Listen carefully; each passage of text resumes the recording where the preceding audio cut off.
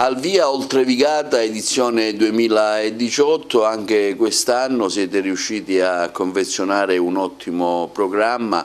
con diversi ospiti.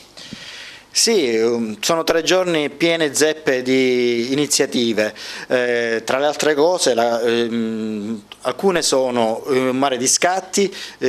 molti hanno presentato già alcune foto, scade il giorno 19 e le foto verranno messe in mostra all'interno della Torre Carlo V a Porto Empedocle. Ci saranno altre iniziative, come ad esempio venerdì sera ci sarà l'incontro con Francesco Pira, dove si parlerà di mafia e comunicazione e eventuali contromisure da prendere. Ne parleremo non soltanto con lui chiaramente, ma anche con Mario Barresi, con il commissario di Porto Empedocle, il procuratore aggiunto di Agrigento e modererà Vanessa Chiapparo.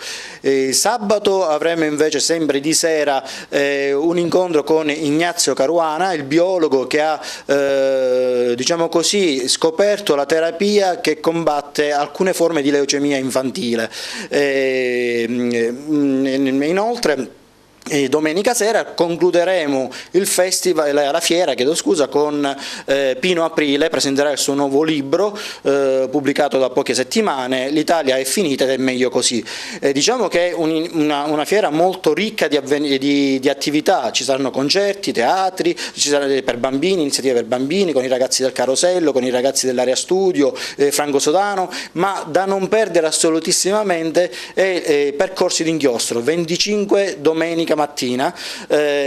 sarà una passeggiata letteraria all'interno del quale ci saranno tutta una serie di momenti teatrali curati da Giugiu Gramaglia e Anna Grazia Montalbano, quindi non mancate 23, 24 e 25 novembre 2018 alla Torre Carlo V di Porto Empedocle.